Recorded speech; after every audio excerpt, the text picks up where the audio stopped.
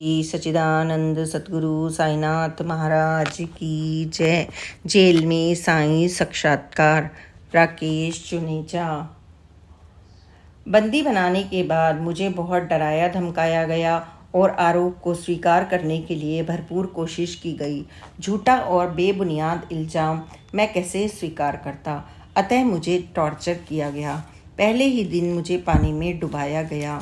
ऐसा उन्होंने तब तक किया जब तक मैं बेहोश ना हो गया। इस प्रकार के प्रयास कर उन्होंने मुझे और ज़्यादा पीड़ित किया ताकि मैं उनकी बात को मान लूं। शायद यही पुलिस का प्रयास होता होगा कि टॉर्चर करके झूठ को सच बना दिया जाए, लेकिन उन्हें निराशा ही हाथ लगी। पुलिस शायद यह चाहती थी कि मैं इसे स्वीकार कर लूं, क्योंकि वह मीडिया में ऐसी ही बयानबाजी कर रही थी। वे अपनी साख बचाने के लिए मुझ पर जुल्म कर रहे थे। दूसरे दिन उन्होंने मुझे कोर्ट में पेश कर 5 दिन की रिमांड के लिए अर्जी दी, परंतु कोर्ट में सिर्फ 1 दिन की ही रिमांड स्वीकार हुई, क्योंकि उनके पास कोई पुख्ता सबूत नहीं था। इस स्वीकृति के बाद पुलिस ने मुझे और अधिक परेशान किया। विपत्तियों और आपदाओं का सिलसिला दूसरे दिन भी जारी रहा। मुझे आरोप स्वीकार करने के लिए प्रताड़ित किया गया। जब वे सफल ना हो सके तो मुझे वे टॉर्चर करने के लिए न जाने कहाँ ले गए। रास्ते में मुझे देवी माँ का एक छोटा सा मंदिर दिखाई दिया। मैंने देवी माँ से प्राणों की रक्षा की भीख मांगी। इसके बाद उन्होंने जल्लादों की स्पेशल टीम बुलाई और मुझे भयंकर रूप से टॉर्चर किया। इसे मैं यहाँ बयान कर पाने में भी असमर्थ हूँ। मेरा शरीर बुरी तरह से टूट गया।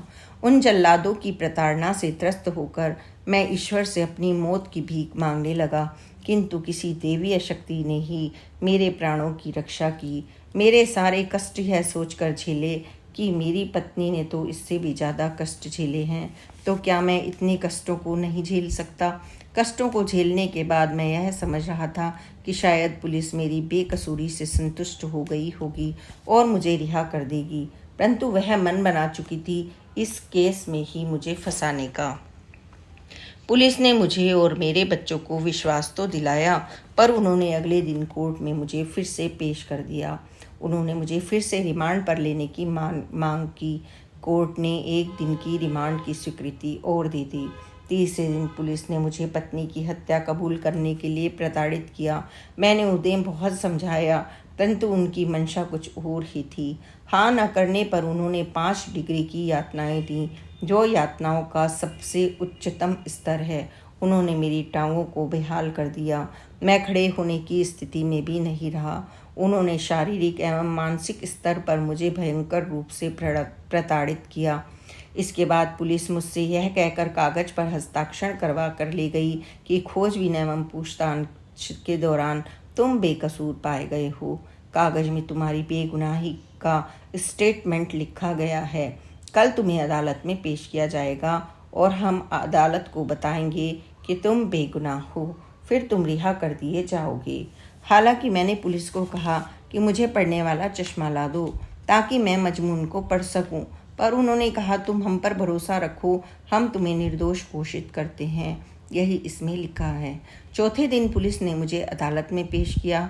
उन्होंने अदालत को बताया कि तहकीकात में अभी कुछ भी हासिल नहीं हुआ है, अतः मुझे ब्रेन मैपिंग, पॉलीग्राफिक टेस्ट एवं नार्को टेस्ट कराने के लिए भेजा जाए।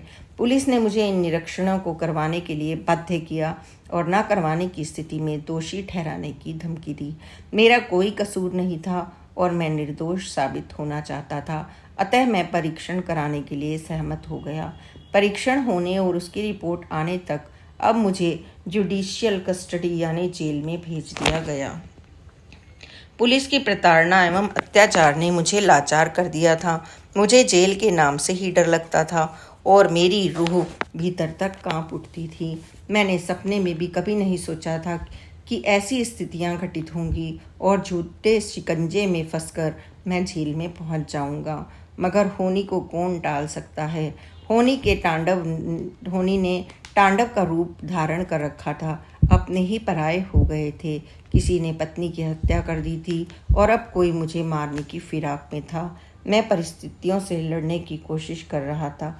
पत्नी की मौत का गम, बच्चों से बिछड़ने का दुख, हृदय रोग से ग्रस्त बीमार माता पिता की चिंता, समाज में बदनामी की जिल्लत, इन दुख विपदाओं, पुलिस की भयंकर शारीरिक प्रताड़ना के गहरे जख्मों और मेंटल टॉर्चर से बुरी तरह ग्रस्त होकर मैं जेल में पहुंचा। मुझ में उठने बैठने, सोचने समझने और आंखें खोल पाने की शक्ति भी शेष नहीं बची थी और पंख कटे परिंदे की तरह मैं 17 मार्च 2011 को भोड़सी जेल गुड़गांव में पहुंचा दिया गया।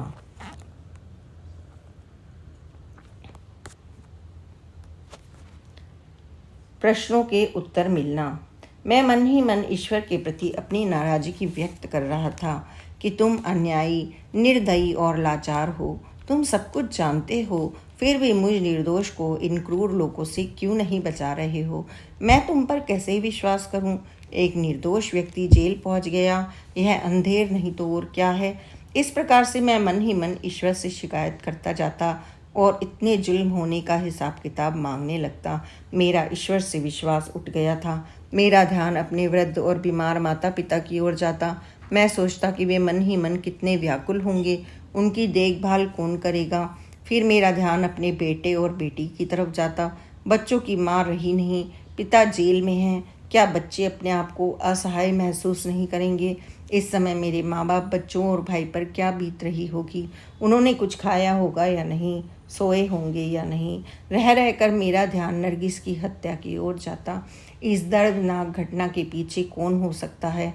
दरिंदों की साजिश क्या थी? क्या वे मुझे मारने का प्लान कर रहे थे? क्या वे पैसों के लिए आए थे या उन्हें किसी ने भेजा था? क्या मेरी अनुपस्थिति में वे नरगिस को बंधक बनाना चाहते थे? क्या वे लूटपाट के इरादे से आए थे?